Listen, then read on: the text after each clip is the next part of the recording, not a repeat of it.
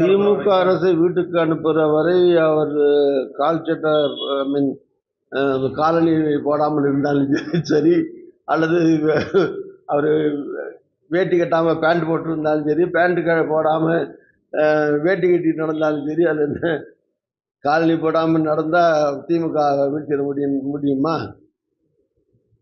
அது என்ன அது சரி, அவருக்கு என்ன ப்ராப்ளமோ தெரியாது எனக்கு. அது ஒரு வேளை காலனி போடாமல் இருந்தால் காலுக்கு நல்லது, மேலுக்கு நல்லதுன்னு யாராவது சொல்லியிருக்கலாம், தெரியாது அது. அதனால் இதெல்லாம் ஒரு சும்மா வேடிக்கை காட்டுற விஷயமாக நான் பார்க்குறேனே தவிர, நான் சொன்ன மாதிரி காலணி அணியாமல் நடக்கிறது, வேஷ்டி கட்டாமல் பேண்ட் போட்டுக்கிறது, பேண்ட் கட்டாமல் அரக்கால் சட்டை போட்டுக்கிறது, இதெல்லாம் ஒரு போராட்ட யுக்தியாது. இதனால் இன்னும் திமுக அரசை வீழ்த்துறதுக்கு இதுக்கு என்ன செய்யறாரு? சம்பந்தம் இருக்கா? மாதிரி ஒன்றும் இல்லை. மாதிரி இதெல்லாம் சும்மா வேடிக்கையான விஷயங்களாக தான் நான் பார்க்குறேன்.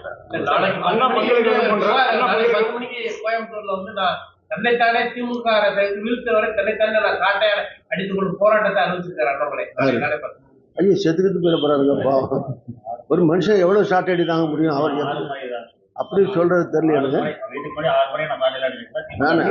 அவன் பாட்டுக்கு அடிச்சுட்டு நல்ல நானே ஒரு வேண்டுகோள் வைக்கிறேன். அந்த மாதிரி தவிச்சது ரொம்ப போட்டு அடிச்சுக்கிட்டு துன்புறுத்தி ஏதாவது உடம்புக்கு ஃபுல்லாக கொட்டி சந்தாரம் குழந்தை கொட்டி குடும்பம்லாம் இருக்கு. அவங்க நல்ல அண்ணாமலை நீண்ட நாள் வாழ வேண்டும், தமிழ்நாட்டில இருந்து அரசியல் செய்ய வேண்டும் என்றுதான் விரும்புகிறதை தவிர இந்த மாதிரி கசையடிப்பட்டு அவர் கசங்கி போகக்கூடாது.